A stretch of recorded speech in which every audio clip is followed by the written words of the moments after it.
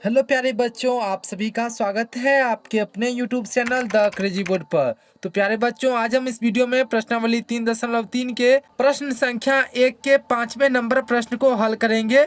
ये हमको समीकरण युग्म दिया गया है, इसको हमको प्रतिस्थापन विधि से हल करना है। तो आइए हम इस प्रश्न को हल करते हैं। तो प्यारे बच्चों, प्रश्न अपन यहाँ पे लिख लिए हैं और जो है यहाँ पे अपन लिखेंगे हल। दिया गया समीकरण युग्म है।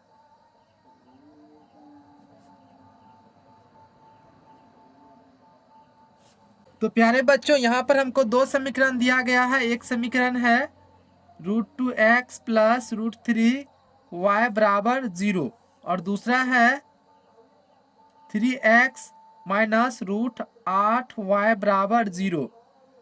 तो हम पहले समीकरण को समीकरण 1 मान लेंगे और ये दूसरा वाला समीकरण जो है इसको अपन समीकरण 2 मान लेंगे। अब यहाँ पे लिखेंगे समीकरण 1 से जो है x या y किसी एक का मान निकाल लेंगे और उस मान को जो है हम समीकरण 2 में रख देंगे। तो समीकरण 1 कितना है? समीकरण 1 है √2x प्लस √3y बराबर 0। यहाँ से x या y किसी एक का मान निकाल लीजिए। तो यहाँ से जो है हम x का मान निकाल लेते हैं। तो यहाँ से हम लिखेंगे √2x बराबर माइनस √3y या x बराबर क्या हो जाएगा? माइनस √3y बटा √2। ये जो है x का मान हमको निकल गया। अब इस x के मान को समीकरण 2 में रख देना है। इसको आप मान लीजिए समीकरण 3। अब जो है हम क्या करेंगे? अब समीकरण 2 में x का मान रखने पर समीकरण 2 कितना है? समीकरण 2 है √3x माइनस √8y बराबर 0। √3x माइनस √8y बराबर 0। यहाँ से जो है आप x का वैल्यू यहाँ पे पुट कर दीजिए। तो यहाँ से x का वैल्यू देखिए क्या है, वो है माइनस √3y बटा √2। तो x के जगह रख देंगे माइनस √3y बटा √2 माइनस √8y बराबर 0। अब इस समीकरण को हल कीजिए। √3 को √3 से गुना करेंगे तो क्या हो जाएगा? 3 और माइनस है तो -3y बटा √2 माइनस √8y बराबर 0।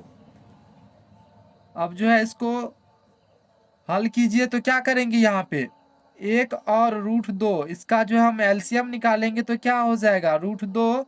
अब जो है √2 में √2 से भागा देंगे तो क्या हो जाएगा? 1 और 1 से गुना करेंगे -3y को तो ये हो जाएगा -3y माइनस फिर जो है √2 में 1 से भागा देंगे तो क्या हो जाएगा? वो हो जाएगा √2 और √2 को √8 से गुना करेंगे तो ये हो जाएगा √16y बराबर 0। अब यहाँ से जो हम क्या लिख सकते हैं? -3y माइनस 16 का वर्गमूल क्या हो जाएगा? 4y बटा √2 बराबर 0। तो प्यारे बच्चों, ये आया -3y माइनस 4y बटा √2 बराबर 0।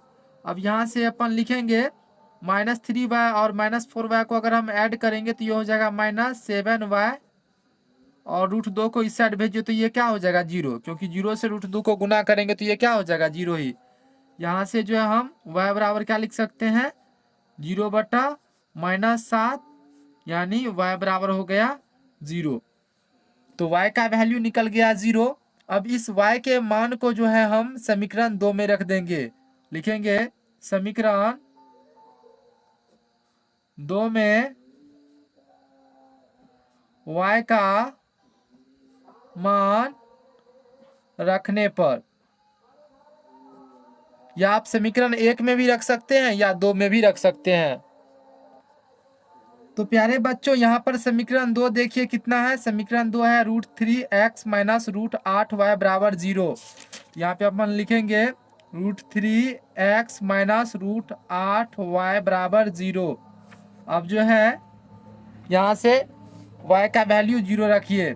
यहाँ से हम लिखेंगे √3x माइनस √8y के जगह रखेंगे 0 बराबर 0, या √3x माइनस 0 बराबर 0, या √3x बराबर क्या हो जाएगा 0, या x बराबर 0/√3। इसीलिए x बराबर क्या हो जाएगा 0, और y बराबर भी हम क्या निकाले, y बराबर भी हमको निकला 0। तो ये x बराबर 0 और y बराबर 0, यही इसका आंसर हो जाएगा। तो प्यारे बच्चों यहाँ पर आप समीकरण 2 के जगह समीकरण 1 में भी अगर y का मान रखिएगा तो भी आपको आंसर 0 ही आएगा। तो ज़्यादातर लोग जो है समीकरण 1 में जो है मान रखता है, हम समीकरण 2 में रखे, उससे कोई फर्क नहीं पड़ता है, आंसर आपको सेम ही आएगा। तो प्यारे बच्चों हमको उम्मीद है कि आपको ये प्रश्न अच्छे से समझ में आ गया होगा। अगर आपको कोई भी कन्फ्यूजन है तो कमेंट में ज़रूर बताइएगा। तो मिलते हैं अगले वीडियो में, तब तक के लिए आप अपना ख्याल रखिए। Thank you for watching this video. जय हिंद मेरे दोस्तों।